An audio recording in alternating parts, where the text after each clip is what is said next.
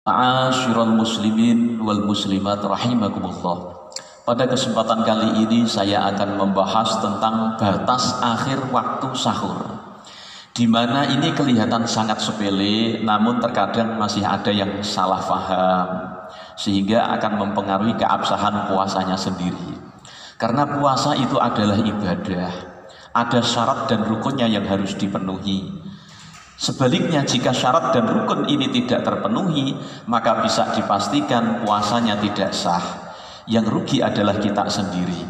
Oleh karenanya, mari kita awali mulai membahas definisi puasa. Puasa sendiri menurut syariat itu adalah imsakun an muftirin biniyatin mahsusotin jami'an nahari. Disebut dengan puasa itu adalah menahan diri dari hal-hal yang membatalkan dengan niat yang khusus di sepanjang hari. Atau lebih mudah kita pahami adalah menahan diri dari hal-hal yang membatalkan puasa mulai dari masuknya waktu fajar, yaitu masuknya waktu subuh, hingga terbenamnya matahari, yaitu masuknya waktu maghrib. Itulah yang disebut dengan puasa. Oleh karenanya, di dalam melakukan puasa sendiri itu ada syarat-syaratnya. Wa minas syuruti, di antara syarat-syaratnya itu adalah ma'rifatu tarafayin nahar. Orang yang melakukan puasa itu harus mengetahui batas yang namanya kedua sisi siangnya, yaitu harus mengetahui waktu fajar atau waktu subuh itu mana, harus mengetahui masuknya waktu maghrib itu mana. Yakinan, dengan yakin, audunan atau keyakin atau sangkaan yang kuat. Tujuannya litahqiqi imsaki jami'in nahar, tujuannya adalah supaya dia betul-betul yakin menahan diri dari hal-hal yang membatalkan puasa di sepanjang hari. Oleh karenanya ada beberapa kasus, seperti halnya launa wa ba'dal fajri lam yasihha shaumuhu. Ada orang enak tidurnya sehingga terbangun, dia langsung makan. Keyakinannya dia itu masih waktu sahur, tapi ternyata apa? Niatnya juga sudah masuk waktu subuh, maka dipastikan puasanya tidak sah.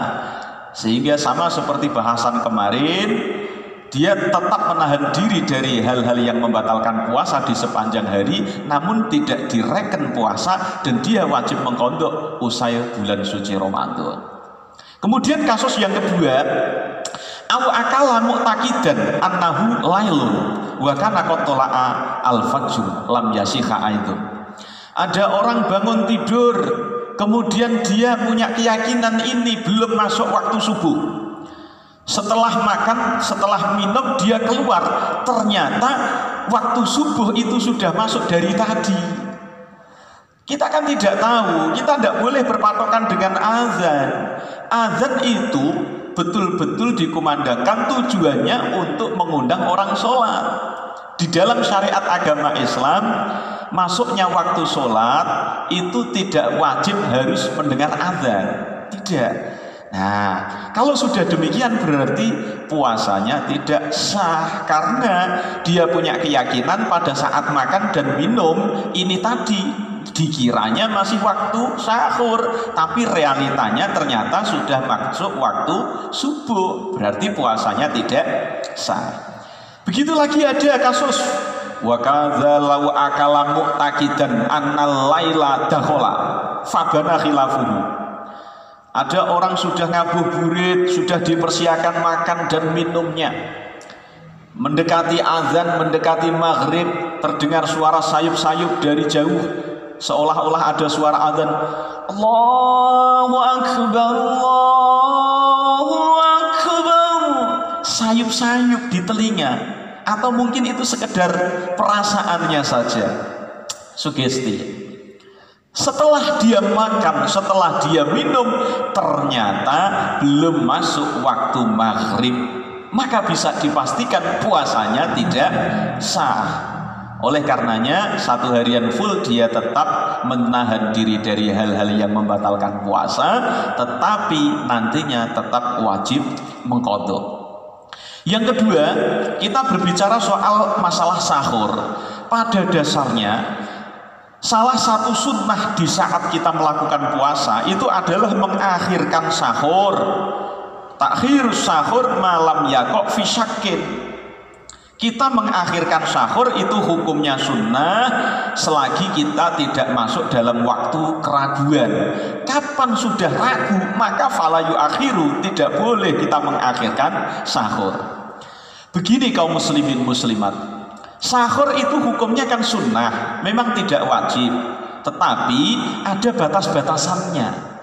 Sahur itu dimulai ba'da nisfil lail, setelah jam 12 malam sampai dengan waktu subuh.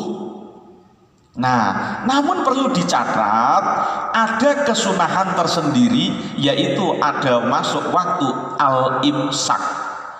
Imsak itu contoh di Jayapura, imsak itu mulai dari 04.06, sedangkan subuhnya selisih 10 menit 04.016. Ini sangat menjadi masalah besar.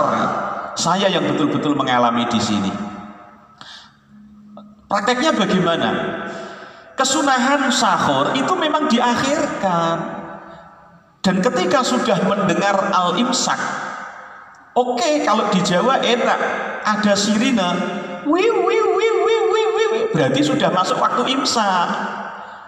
Lah, masuk waktu imsak ini adalah batasan di mana kita disunahkan untuk tidak makan dan tidak minum lagi, dan hal-hal yang membatalkan puasa kita tidak lakukan. Berdasar dengan hadis di mana tentang imsak ini adalah dari Zaid bin Sabit, pernah mengatakan tasakhurna ma'an Nabi sallallahu alaihi wasallam. Zaid bin Sabit ini pernah sahur bersama-sama dengan Rasulullah. Kemudian summa qama ila shalah. Setelah sahur Rasulullah melakukan sholat. Sholatnya sholat subuh. Qultu kan kana bainal adzan was sahur. Kemudian Zaid bin Sabit itu ditanya, ada berapa lama jarak antara adzan dengan sahur? Qala qadra khamsina ayah.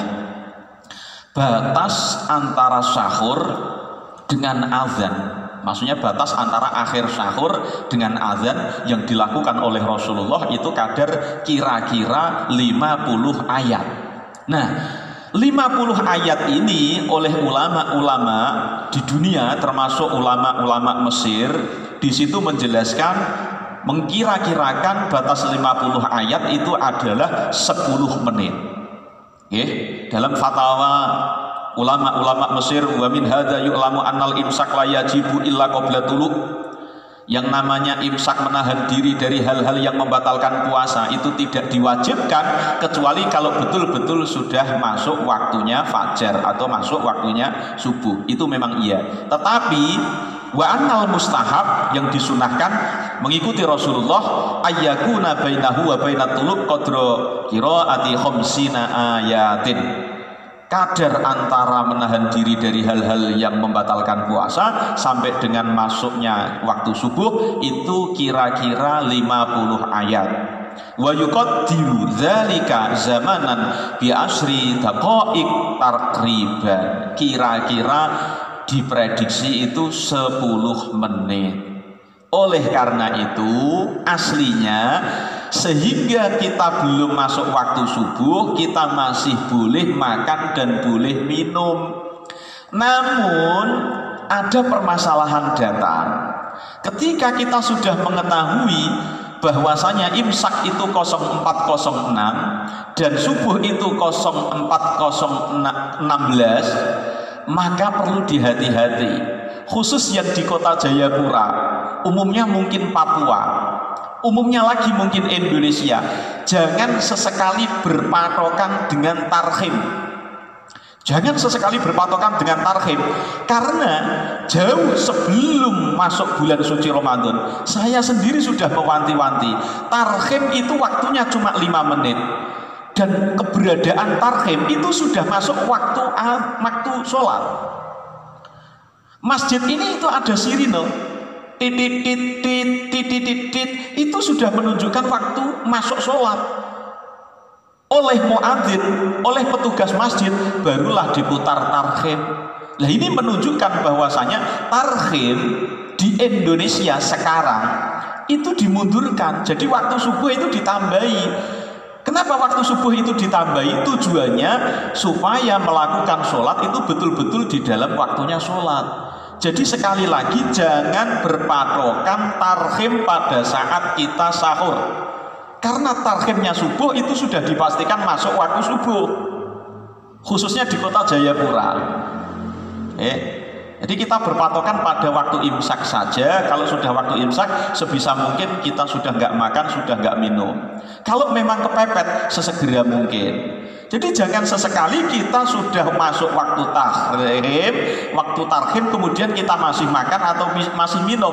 Berarti kita makan dan minum ini sudah memasuki waktu subuh. Kita jangan punya anggapan bahwasanya azan itu adalah patokan masuk waktunya sholat. Jangan.